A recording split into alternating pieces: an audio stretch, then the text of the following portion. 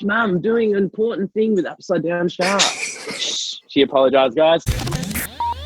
Hey, how's it going, guys? This is Tom from UDS with another edition of the Quarantine Sessions, where I chat to people a lot cooler than myself in the wonderful land of lockdown. Now, my guest this week is a member of one of the best metal bands to come from the Southern Hemisphere, creating a completely unique sound and wowing audiences around the world with their energetic live shows.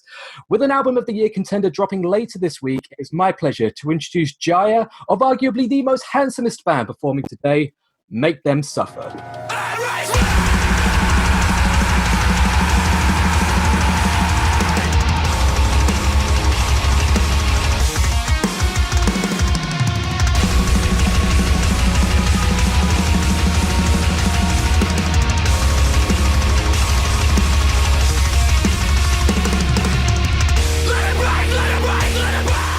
G'day, mate. How are you? That was beautiful. Pretty handsome. Good. Reckon? Absolutely. I speak no lie. Yeah, I know. I listened to a couple of your podcasts with your team, and no, you guys are quite honest, and I like that. I can hear the honesty on the other line, on the other side of the world. That's it. I mean, there's no lying here. And I see that you are not alone. Could you please introduce your equally handsome co-interviewee there? You mean the boss? He's actually the boss. This is Rusty, my dog, my son as well. He's turning 7 next month, and he's just hanging here, just always wanting attention. He'll probably bark and growl a few times because he's like, "Where's my attention? Give it to me." So, welcome to the podcast, Rusty. Nah, he doesn't care. Doesn't really speak much. I mean, it truly is an honour to have both of you, but I have to say, particularly Rusty. I mean, that he is, as you say, the real star of the show here. Well, the publicist did mention, not me. The publicist talked to me saying, "Hey, can we get Rusty on the podcast?" I'm like, "Oh yeah, that's sweet." I'm just advising on what he says. Is that cool? Absolutely. Yeah, he said that's sweet. Cool. Well, I have to ask, as translator and obviously member of one of the most handsomest bands performing today, how are you doing in these strange times that we live in? How to answer that question? Honestly, okay. So don't get me wrong. I don't want to sound like an ignorant arsehole here, but I feel for other people out there that live in small apartments and can't really get outside. For me and for the people around here in Western Australia, we're doing pretty sweet. We live in the most isolated part of the world anyway, and we have that much space to roam around. So the only difference is probably going to the pub and socialising in a brewery. But now, as of the past few weeks, they've opened up. So to be honest with you, things have been pretty normal, I guess. I mean, finishing touring, I generally isolate anyway. So I guess it's different, like the hugging and doing this weird elbow thing, but that's all kind of changed. But I mean, keeping hands clean and keeping a sneezing going on. So yeah, I don't know. It's weird seeing it around the world, but for me over here, it's just, I don't know. It is strange, but nothing's really changed. As long as I get my beers, that's sweet. Absolutely. As long as you got your beers and you got enough room to roam around and everything, I mean, you're set. What more could you possibly need? Obviously, Jaya, we're all friends here between the three of us, obviously, and so I have to ask the real hard-hitting questions to get to know the real you, and that is, if you could be a type of sandwich, what kind of sandwich would you be? This is great. See, I was thinking that you're going to fire off one of these questions. Now, what kind of sandwich would I be? Can it be a toasted? Like you guys do toasties? You guys call them toasties? Yeah, absolutely. Okay. I'd tell you what I'd be. This is great because I have these at work every day. Not every day. Like, okay, fuck it. Every day. I would be a ham and cheese toasted sandwich with like a nice bit of like mayonnaise or Dijon mustard in there, or some kind of sauce to, like to just give that extra flavour. What am I saying? Oh, that flavour. So I'd be a ham and cheese toasted sandwich with some kind of sauce in there. That would be me. What kind of sandwich would you be? Oh, Can I ask that? I mean, I know you're the guy interviewing me, but I want to ask you. You can ask. I mean, my normal go-to, if I'm feeling particularly decadent, it's a Reuben. So salt beef, pickles, strong mustard, on like a good thick bread. Then that's good for me. Yeah. A ham and cheese toasty. if you grill it just right, you're onto a winner there. You cannot beat a classic like that. Yeah, so that's me. And I like that fact that you said you're a Reuben. I might actually make some. I've got some silver meat in my freezer. Send me a little recipe and I'll make your sandwich. I'll make you. There you go. I mean, I can't wait to be in your mouth. That's great. There we Is go. that good, Rusty? Yeah, he wants to toast a sandwich. There you go. Toasted sandwiches all around. It's a toasted sandwich kind of day. But I tell you what's happening tomorrow at time of recording. At time of recording tomorrow, your latest album, How to Survive a Funeral, is out in the world for everyone to enjoy. What can people expect from this release? Is that what's going on? No, I'm just kidding. Just to all the listeners out there, I live in the most remote place in Australia, not in the desert, but near the ocean. So sometimes this is news for me. I'm like, oh, someone mentioned to me the other day going, are you excited for Friday? I went, what are you talking about? Oh, my party's on Saturday. I recently turned 30 and I'm having my 30th on Saturday. So I was like, what are you talking about? My party's on Saturday, not Friday. And they're like, your album release, you idiot. I'm like, oh yeah. So yes, I'm excited. And what the fans could expect, they could expect a nice toasted sandwich in their mouth, sizzling away, some cheese melting, a bit too hot for the tongue. So you're burning the top of your mouth, which everyone experiences. You just want to get through it. I can't get through it, but it's so tasty. And at the end, it's finished. So that's what the album's going to be like, a hot sandwich in your mouth. I mean, if that doesn't end up somewhere on like the album liner notes, then I'm going to be so disappointed. Yeah, well, look, you heard it here first on the Upside Down Shark, ladies and gentlemen. There you go. There you go. Well, I was reading that this is the closest you've ever worked with a producer on a record. And how did you find sort of the overall recording process in this way? I wasn't there, but I can speak on the people that were there. No, apparently, like from talking to the crew, they work very close with Drew, who is a phenomenal producer, as what many of his clients and bands are like. You can definitely hear his touch in his production. I think how do I explain it? It definitely sounds, when I say polished, like it sounds like an album was created with like a good dude. So I think he found the secret herb and spices, or the secret ingredient to where we needed to be. So, and especially with Nick and Sean as the main writers, and of course ideas clash, but I think they worked really well all together to get the best of what MTS should move to in the next chapter of the life. Something like that, yeah. But apparently he was real good, and just bang, bang, bang. Like ideas were coming out. There was no arguments or anything like that. So it sounded like a smooth process. Very cool. Very cool. Of the band. And are there any particular songs off this album that you're really excited to, take on the road and play in front of a live crowd, whenever that might be? Well, there's all these rumors and, talks about concerts coming back on. But again, you got to look at your sources here. That could be some, Joe Blow in the bush behind me like, oh, there's going to be a concert next week. So whenever that's going to be, hopefully soon for us in Australia, or even if it is like a backyard show over here. I'm really looking forward to the first two tracks. I'm a real big fan, and I'm sure a lot of people out there are real big fans of the way an album starts. Kind of like a concept album. You got this dark intro and it's building, all of a sudden, bam! It just smacks you in the face. So I'm really looking forward to the first two. Once people hear it tomorrow or the next day, whenever people are listening to this, I think they'll get what I mean, So yeah, it starts off real. It's like Lord of the Rings, It's like the journey starts, and then all of a sudden it skips half of it, and you're in Helm's Deep. It's like, how did I get here so quick? So something like that. There you go. How to Survive a Funeral, the Lord of the Rings of albums. That's another one for the album liners. Right. A few more albums. That's it. You got to do two more now. So, obviously, you say that we no one can tour at the moment. But looking back to the better times when we could all hit the road, have you got any crazy tour stories, or just stories from playing live that you can share with the world? Oh, where do we start? I mean, anyone who's listening to this that have hung out with us or seen Antics, that obviously PG-13 or PG whatever the ratings are these days. Do ratings even happen anymore? That's what I want to know.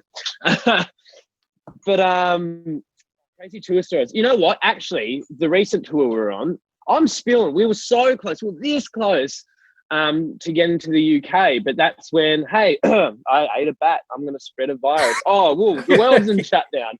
We were so close. There were about, I think, 4 or 5 sold-out shows in the UK with After the Burial, ourselves, Polar, the UK heavyweights, of course. I'll just putting that out there. And Spirit Box. And it was such a good tour. It was a big family. And then all of a sudden, you know, last show was in Switzerland. And then we get the phone call at 3 a.m. So, again, that to back up your question, this is one of the crazy, I guess, not like, oh, I'm going to get drunk and do a backflip. This is more like the crazy time of being on tour where it just had to stop. And we all had a few drinks after Switzerland. And as you do on the old double-decker story bus, everyone gets a bit merry. And it's like, you know, again, Lord of the Rings reference, you're in the prancing pony, like, singing songs, being lunatics. Myself and Woody from Polar go to bed, and then we get up to do a wee, and everyone's looking so depressed and staring at us. And they're like, is everyone all right? That was trying to be my Woody impersonation. Is everyone all right? You sad, yeah? And they're like, tour's cancelled, dude. Tour's done. What are you talking about? And then bang, the whole COVID thing just, well, it was mainly because Trump said if American citizens don't get back on the Friday, the borders are closing. So you know what Trump's like. He's a great bloke. So all the Americans freaked out and booked tickets and left. So every American that was in Europe had to fly back. So the tour had to cancel, unfortunately. So we were just, you know, half a few beers down the gob, and we're like, what?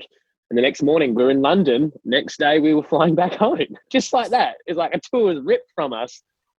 So you made it all the way. You made it all the way to London just to be told, no, that's it. You got to go back.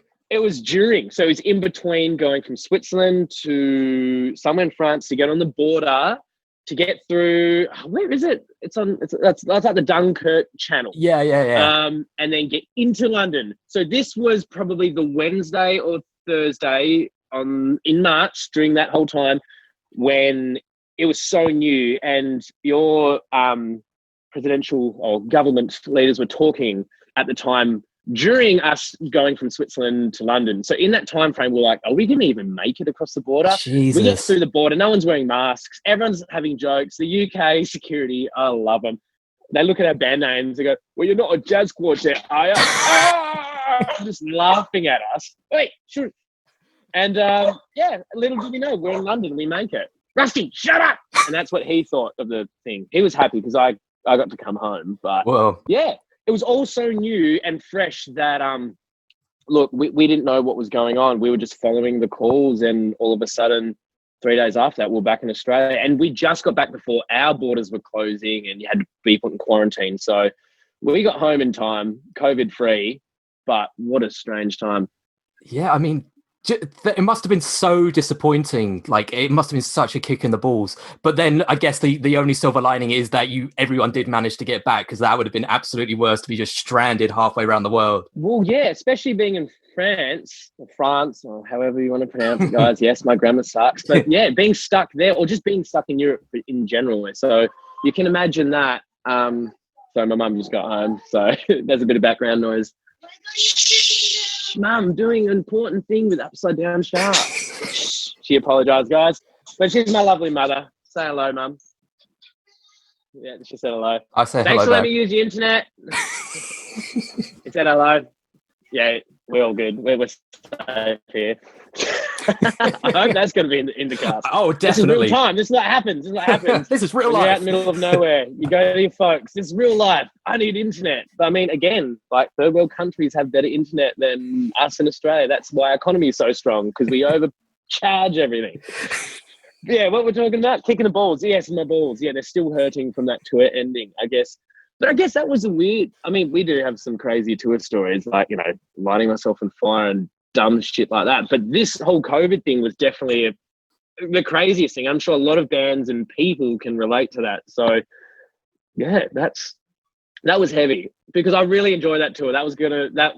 Still is my favorite tour to this day. We're such good friends with all those guys and girls, and then all of a sudden, like, oh, you want a good tour? Gone. Oh, you want to enjoy that? Ah, nah, go. I mean, we are literally living through history right now, and it's so weird to think about. But hopefully, the tour will pick up again in some shape or form, and we'll finally be able to do it over in the UK, and maybe we'll even be able to have a beer together. I'd love that. Are we going to go to Witherspoons and get the old 10 what's your currency? Pounds. Pounds.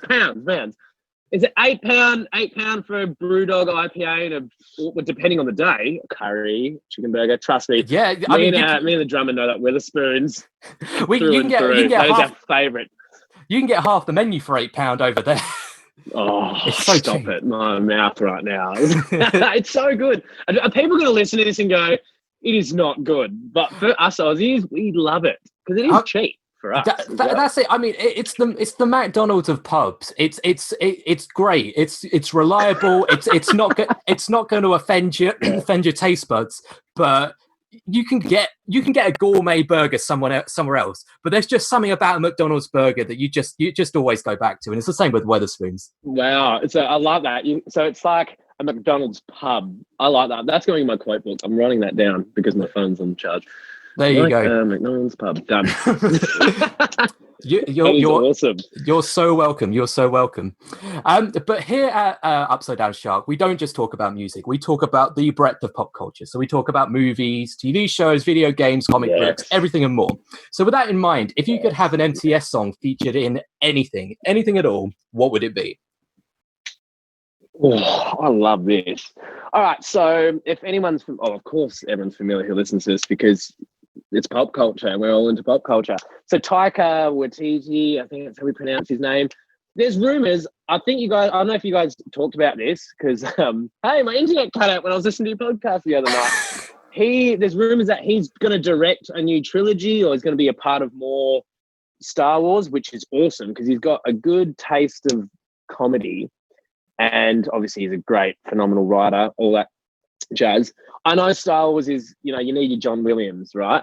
But if we could somehow have our track, even if it is, no offense, Sean, no offense, Booker, have the instrumental track or something in the background, maybe our song in the background in the Katina or, a background song in the Millennium Falcon or something, that would be pretty cool. Hell but realistically, it has to be John Williams or John Williams' son.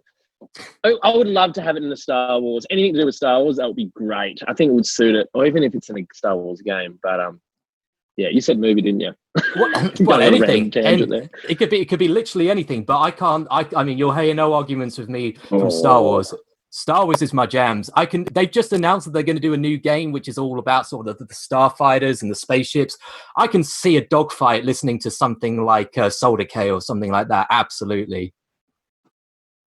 Yeah. That'd be dope. So none of us can really plan for the rest of 2020. As you say, some people are saying that we'll be touring next week. Some people are saying we won't be able to tour for another 10 million years. But with that in mind, as best as you can, what does 2020 or the rest of 2020 have in store for Make Them Suffer? All of us growing beards and maybe getting ripped or maybe finishing a couple of those video games that are sitting on my shelf collecting. I'm that kind of person that will, I say I read a book, but I read 2 pages and go, what was that? Oh, I'm like a distracted Labrador. So here's another question. What kind of dog would you be? I'd be a Labrador. So I'm looking at all my games. I'm like, all right, cool. Half finished Red Dead Redemption, half played this, half played that. I finished the Battlefront 2 campaign, which is not that long. But, I think for all of us Make Them Suffians, we all live in separate parts. So our guitarist lives in Melbourne, which is, here's London. Here's London. Brighton's down here. So that's where, that's further than that. Sorry, my geography sucks. Anyway, Nick lives in Victoria, which is on the other side of Australia. And then myself, 3 hours south of Perth, if you guys want to go Google map that. 3 hours south of Perth, and the rest of the band live in Perth. So we're all kind of separated. But in the immediate future, which is Saturday, the band will be down at my house to celebrate my 30th. And, of course, the album release, which I'm just going to throw in there on the night. So we're like, hey, it's my birthday, and it's the album release. Promotion. So that's the immediate future, the Sony future. I mean, we all wish you a happy birthday here at UDS, and I'm amazed that it hasn't ended up in the album promotion run. Like, it should be on all the radio plays, it should be in all the posters and everything, that it's Jaya's birthday.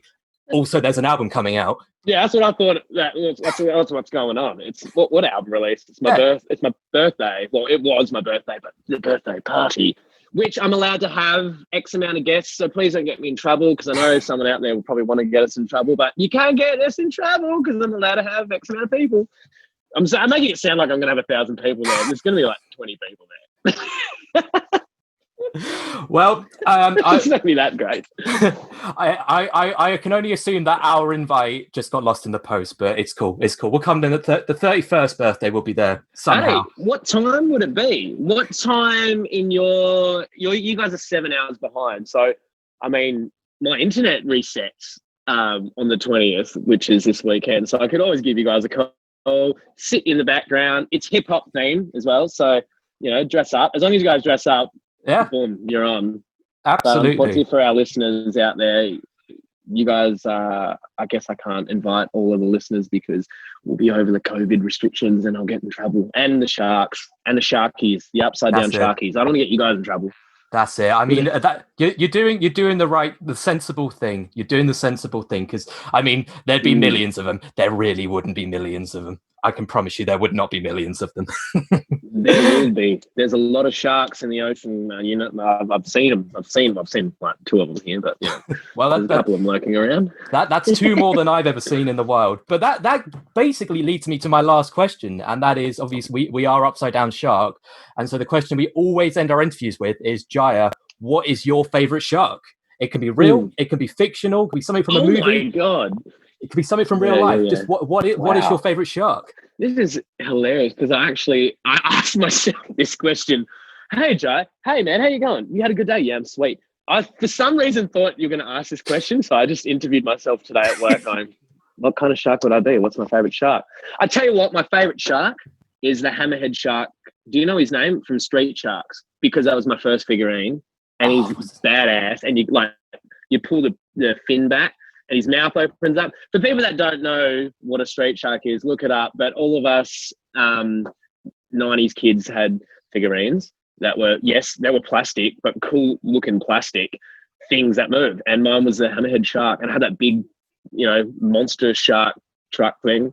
So it's that hammerhead shark toy, that would be me. He was called Jab, apparently. Jab. Really? That's awesome. I'm writing that down. Jab. J-A-B. There you go. And I've just seen a picture of the... What about you? What would you be? I don't even know if my phone's going to... Is that the figure? No, I can see it. Oh my God, that is him. That is me from now on. I'm changing my display picture as Jab, because I can't really face swap on that shark because the proportion's a bit different. That is so sick, Jab. Well, you know what? I've got a little story if I can add that in there. Yeah. I'm an idiot. I gave Jab. So we were in my first band with Nick, the guitarist, called Arturo Chaos. I'm not plugging anything. We supported our band, and then between Eric and me, and here I am like, oh cool, we got to support like a US band. Hey, can I have a shirt? I'll give you my Street Shark. And I gave the idiot, well, he's not an idiot, he's a nice merch guy. I gave the guy my Jab, and he gave me this hell shit silver shirt. And to this day, I'm like, why'd you do that? Oh, supported a US band, so cool. Now some merch dude's got my Jab. I'm getting my Jab back. Yeah. Anyone who knows between the Bear and Me's merch guy from 2010, give him back. A man has always got to look after his Jab. The shark, not the guy, the shark. Yeah. That's a new one. Brilliant. I really hope one day you are reunited with your Jab figure. That is all I want in life now. Yes, thank you. Awesome. Well, I'm going to order another one. Absolutely. I mean, hopefully they're not one of these really stupid collectible things that cost like $1 million on eBay or something. But dude, Metal Street Shark Jetpack Jab with something $379 on eBay. Oh no! Runs. Oh my God. Can I add another one in? I'm sorry, Yes. I just forgot. Can I add one more in? Absolutely. Okay, the green guy with the metal with the mohawk, the green Mako shark who was Rocks. Was that his name? Rocks, because he had the guitar. That was cool. That was my bath toy. So, Jab and Rocks in the bath, like eating each other. So yeah, Rocks. I just saw it then on the eBay list. You know what? I'm gonna blow all my money. I'm not gonna blame you guys, but I'm gonna go buy some Street Shark figurines during COVID. That is what I've got planned for my 2020. How about you? That's self-love. That's self-love right there. I need to go and rewatch Street Sharks is what I need to do. Yeah, let's do it. That's a plan. That's a plan. Well, it's been an absolute pleasure speaking to you, Jaya. So all I've got left to ask is, where can people find you online? Myself? Oh, shit. Yourself and the band? Anything? I don't know. No, I'm just kidding. You know how some people are like, I don't do socials, and then it's like, what are you doing on Facebook? I can see over there, my friend. You can find me on Facebook, but I generally just use that for party invitations. No, I'm just joking. Instagram. You can find me on Instagram. If you go on the Make Them Suffer Instagram page, Make Them Suffer. There's only one stupid band with that silly name. No, not the Cannibal Corpse song, guys. No, I'm joking. It's a pretty good name. It relates to us as individuals, okay? You say Make Them Suffer to a normal person, like, oh, make them suffer. You make people suffer. So, shut up. But anyway, sorry guys, verbal diarrhea. You can find me on Instagram, Craig, CREEG, and you'd find me in my ugly face. So go on there. I like a lot of pop culture myself too. So let's all hang out sometime. Right on. Well, for anyone watching at home, make sure to follow Jaya there. And thank you so much for watching. Make sure to pick up How to Survive a Funeral out June 19th on Rise Records. We'll put a link to everything you need to know in the description below. Hit subscribe for more interviews with all sorts of creative folk from around the world. And we shall catch you next time.